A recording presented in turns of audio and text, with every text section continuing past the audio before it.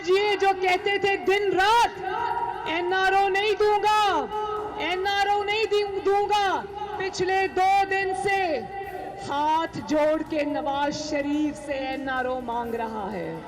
सुन लो, नवाज शरीफ तुम्हें एनआरओ नहीं देगा। अभी हमने बाज़ाब्ता इस्तीफे नहीं मांगे, यकीन मानो मेरे घर इस्तीफों के अंबार लग गए माशाअल्लाह। मरीम नवाज लाहौर में रैलियां निकाल रही हैं, 13 दिसंबर के जलसे की तैयारी कर रही हैं। अपोजिशन वाजे कर रही है कि लाहौर का जलसा आखिरी जलसा होगा, उसके बाद हड़तालें होंगी। जनवरी के आखिरी हफ्ते में इस्लामाबाद का लॉन्ग मार्च होगा, इस्तीफे दिए जाएंगे। मगर आज वज़ीर आज़म इमरान खान ने कहा है कि जलसों से प्रेशर डालने की कोशिश की जा रही है, लेकिन इससे मुझे कोई फर्क नहीं पड़ने वाला, ये लोगों की जान खतरे में डाल रहे हैं। मैं इनको आज अपील करता हूं कि ये जलसे जुलूस से कोई गवर्नमेंट को कोई फर्क नहीं पड़ने लगा, लेकिन लोगों की जानें खतरे में जाने लगी। जलसे जुलूस तो हमारे से बड़े किसने बड़े जुलूस किए? ये जलसे जुलूस 2-3 महीने के बाद कर लें। ये कोशिश की जा रही है जलसे जुलूस से मुझे प्रेशर डालने की, इससे तो मुझे कोई प्रेशर नहीं पड़ेगा। लोगों की जानें खतरे में डाल रहे हैं। हुकूमत और अपोजिशन में डेडलॉक भी है, मगर हुकूमत की तरफ से अपोजिशन से राब्ता भी किया गया है। सूरत हाल क्या है? सीनियर सहाफ़ी और तज्ज़ियाकार हामिद मीर साहब और सुहेल भाई साहब हमारे साथ मौजूद हैं। आप दोनों का बहुत शुक्रिया। मीर साहब, हुकूमत कह रही है कि हमने राब्ता ज़रूर किया है, मगर साफ कहा है कि ब्लैकमेल नहीं होंगे और हम केसेस पर नहीं कॉम्प्रोमाइज़ करेंगे। एहसन इकबाल साहब कह रहे हैं कि जी ये हर चीज़ पर बात करने को तैयार हैं, हम नहीं अब बात करने को तैयार कि हम बात नहीं करेंगे। क्या हो रहा है? देखें, हुकूमत के 2 फेडरल मिनिस्टर्स उन्होंने बीच में बंदे डालकर अपोजिशन की एक ऐसी शख्सियत से रब्ता किया है जिसके बारे में अगर मैं नाम बता दूं तो आप यकीन नहीं करेंगे कि उसके साथ भी ये रब्ता कर सकते हैं। तो इन्होंने उनके साथ रब्ता किया और उनसे कहा कि उनके साथ रब्ता इसलिए किया कि उनकी इस वक्त पोजीशन बहुत स्ट्रॉन्ग है, बड़ी सख्त है, वो बहुत ज़्यादा तनकीद इस वक्त कर रहे हैं। तो उनसे ये बात की गई कि जनाब हम आपसे बातचीत के लिए तैयार हैं, लेकिन ये बात भी दुरुस्त है कि उनसे कहा गया कि मुकदमात पर बात नहीं होगी, बाकी आप नेशनल इश्यूज़ पे हमारे से हम बात करने के लिए तैयार हैं। जवाब ये दिया गया कि अब फैसला पीडीएम की क़यादत करेगी, अब मुस्लिम लीग नून जो है वो नहीं कर सकती।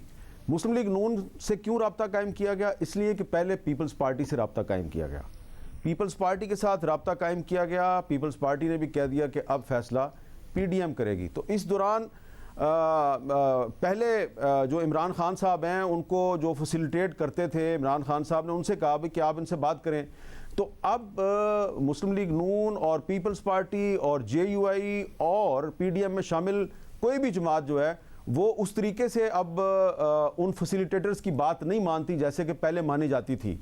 ये दूसरे अल्फाज में आप ये समझ लें कि फ़ोन पे तो रब्ता हो जाता है, व्हाट्सएप पे मैसेजेस का तबादला भी हो जाता है, लेकिन बराह रास्त कॉन्टैक्ट जो है उससे पीडीएम गुरेज कर रही है। लिहाजा हुकूमत से ये कहा गया कि अब न सिर्फ ये कि पीडीएम से आपने मुज़ाकरात करने हैं, बल्कि पीएमएलक्यू से और एमक्यूएम से और जीडीए से भी मामलात आप ही ने करने हैं। अब हमें आप इन मामलात में ना लेके आएँ, क्योंकि वो सियासत से अपने आप को थोड़ा सा डिस्टेंस पे करने की कोशिश कर रहे हैं। ये वो सूरत हाल है जिसमें कि इमरान खान साहब की काबीना के 2 अरकान जो हैं वो उनको कहा गया कि आप इनसे रब्ता करें। उनसे रब्ता हुआ, मुस्लिम लीग नून से रब्ता हुआ, लेकिन मुस्लिम लीग नून ने बातचीत करने से इनकार कर दिया।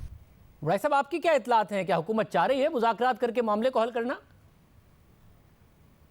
मेरा ख्याल है कि हुकूमत बात करना चाह रही होगी, मेरा अंदाज़ा है, क्योंकि हम पहले ये कह रहे हैं, मैं पहले भी मेरी ये राय थी नाचीज़ कि अगर लॉन्ग मार्च से पहले मुज़ाकरात होंगे तो पॉलिटिकल गवर्नमेंट के साथ होंगे, क्योंकि लॉन्ग मार्च के बाद पॉलिटिकल गवर्नमेंट जो है इररिलेवेंट हो जाएगी, क्योंकि लॉ एंड ऑर्डर का मसला होगा। फिर जो लॉ एंड ऑर्डर होल्ड करते हैं, लॉ एनफोर्सिंग एजेंसीज़ हैं, फिर उनके साथ मुज़ाकरात होंगे। तो इसलिए बेहतर है कि पॉलिटिकल गवर्नमेंट के साथ मुज़ाकरात हों। और मेरा ख्याल है कि अपोजिशन को भी लचक दिखानी चाहिए, अपना जो उनके मुतालबात हैं इनको स्पीक आउट करनी चाहिए और उन मुतालबात के साथ लेके मुज़ाकरात जो है उनको, ये नहीं मैं कह रहा कि ये लॉन्ग मार्च अपना ख़त्म कर दें या अपनी तहरीक ख़त्म कर दें, लेकिन साथ साथ मुज़ाकरात का डोल जो है वो भी डालना चाहिए। मतलब और जनवरी के आखिर तक जैसे जैसे टाइम जाएगा, आपके ख्याल में हुकूमत पर दबाव बढ़ेगा या उल्टा अपोजिशन पर दबाव बढ़ता जाएगा? क्योंकि इस्तीफा तो नहीं देंगे वज़ीर आज़म।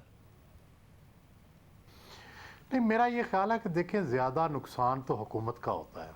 اپوزیشن تو دیکھیں فرض کریں کل کو گھر بھی بیٹھ جائے تو ان کے پاس 100 عذر ہوں گے، 100 بہانے ہوں گے. جی کووڈ ہے، جی گورنمنٹ نے یہ نہیں کرنے دیا، بندے گرفتار ہو گئے ہیں، یہ ہو گیا. لیکن حکومت کو دیکھیں جو ہی یہ لانگ مارچ شروع ہوگا یا جلسے جلوس شروع ہوں گے، سب سے پہلا جو نقصان ہوگا وہ جو سیاسی استحکام ہے وہ خراب ہوگا. اور سیاسی استحکام کے ساتھ معاشی استحکام جو ہے وہ جڑا ہوتا ہے. تو چنانچہ جو تھوڑی بہت معیشت بہتر ہونا شروع ہوئی ہے وہ فوری طور پر رک جائے گی. تو اس سے حکومت کو بھی نقصان ہوگا، ظاہر ہے ریاست پاکستان کو بھی نقصان ہوگا. اسی لیے سب لوگوں کی میرا خیال ہے اجتماعی رائے یہ تھی کہ مذاکرات ہونے چاہیے، کوئی گرینڈ نیشنل ڈائلاگ ہونا چاہیے، اور جو بھی آپس میں ان کے مسائل ہیں دونوں الیکٹڈ لوگ ہیں، گورنمنٹ بھی اپوزیشن بھی، دونوں ڈائلاگ کریں، سسٹم کو چلانے کی کوشش کریں. اور حامد میر صاحب، پیپلز پارٹی ابھی بھی کیا ہچکچا رہی ہے استعفوں کے معاملے پر؟ نون لیگ نے تو اناؤنس کر دیا کہ وہ سندھ سے بھی استعفیٰ دیں گے، پیپلز پارٹی نہیں کر رہی ہے ابھی نا. دیکھیں پیپلز پارٹی جو ہے وہ آپ بھی سمجھتے ہیں کہ ایک اس کا سٹیک بہت زیادہ ہے، اور ان کے پاس نہ صرف یہ کہ سندھ میں حکومت ہے بلکہ وہ ان کے پاس ڈپٹی چیئرمین سینٹ کا عہدہ بھی ہے. تو پیپلز پارٹی جو ہے اس میں زیادہ تر جو ارکان کی اکثریت ہے وہ یہ سمجھتے ہیں کہ ہمیں پی ڈی ایم کے ساتھ جانا چاہیے. اور اس میں انٹرسٹنگ بات یہ ہے کہ جو پنجاب میں پیپلز پارٹی کے جو رہنما ہیں وہ ان کی سوچ بالکل ویسی ہی ہے جیسی کہ مسلم لیگ نون کی سوچ ہے. اور سندھ میں بھی کچھ ایسے جو وزراء ہیں جن سے میری بات ہوئی ہے جو کہ سمجھتے ہیں کہ اب ہمیں پی ڈی ایم کے فیصلوں کے ساتھ ہی چلنا ہے. البتہ یہ ایک بات جو ہے وہ کسی سطح پہ ہو رہی ہے کہ اگر ہم نے پی ڈی ایم کے فیصلے پر عمل درآمد کے لیے اتنی بڑی قربانی دینی ہے، اور سب سے زیادہ قربانی ہم نے دینی ہے اور سب سے زیادہ خطرہ بھی جو ہے وہ ہم نے مول لینا ہے، تو ہمیں کیا سیکیورٹی ہے کہ کل دوبارہ جو ہے وہ ہم آپس میں نہیں لڑتے اور ہمارے ساتھ وہ نہیں ہوگا جو ابھی گلگت بلتستان کے الیکشن میں ہوا، جہاں پہ پی ڈی ایم بھی قائم ہے اور ساتھ ہی ساتھ پیپلز پارٹی اور مسلم لیگ نون اور جے یو آئی ایف کے امیدوار بھی ایک دوسرے سے لڑ رہے ہیں.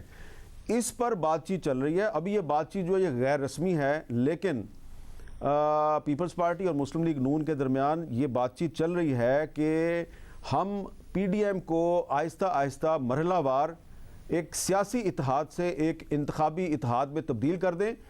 اور مسلم لیگ نون کی انتہائی اہم شخصیات جو ہیں انہوں نے پیپلز پارٹی کی انتہائی اہم شخصیات کے ساتھ یہ بات کی ہے کہ ہم آپ کو پیپلز پارٹی کو پنجاب میں کچھ سیٹوں پہ آپ کے ساتھ ایڈجسٹمنٹ کرتے ہیں، آپ ہمارے ساتھ یعنی مسلم لیگ نون کے ساتھ کراچی کی کچھ سیٹوں پر ایڈجسٹمنٹ کریں، اگر ہو سکے تو سندھ کے دوسرے شہروں میں بھی کچھ سیٹوں پر ایڈجسٹمنٹ کریں. اسی طرح جے یو آئی ایف جو ہے وہ خیبر پختونخوا میں اور بلوچستان میں پی ڈی ایم میں جو شامل جماعتیں ہیں وہ ان کے ساتھ ایڈجسٹمنٹ کر سکتی ہے. لیکن ایڈجسٹمنٹ پر ابھی باقاعدہ بات چیت صرف پیپلز پارٹی اور مسلم لیگ نون کے درمیان چل رہی ہے، اور جب یہ فائنلائز ہو جائے گی تو میرا خیال ہے کہ اس کے بعد پیپلز پارٹی کو کوئی پرابلم نہیں ہے اور وہ اتنا بڑا سٹیپ لینے کے لیے تیار ہو جائیں گے. وڑائی صاحب، آپ مسلسل کہتے رہے ہیں کہ تصادم کی طرف صورتحال جا رہی ہے.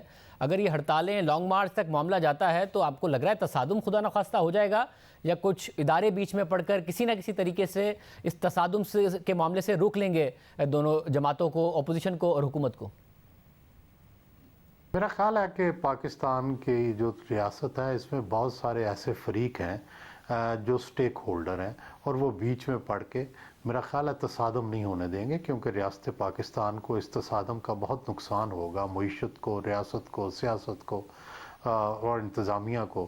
تو میرا خیال ہے کہ اس سٹیج سے پہلے جو ہے کچھ نہ کچھ لوگ ضرور بیچ میں پڑیں گے، کچھ نہ کچھ ادارے بیچ میں پڑیں گے اور یہ معاملہ سلجھ جائے گا. ہاں آخری سٹیج پہ جا کے سلجھے گا لیکن سلجھ جائے گا.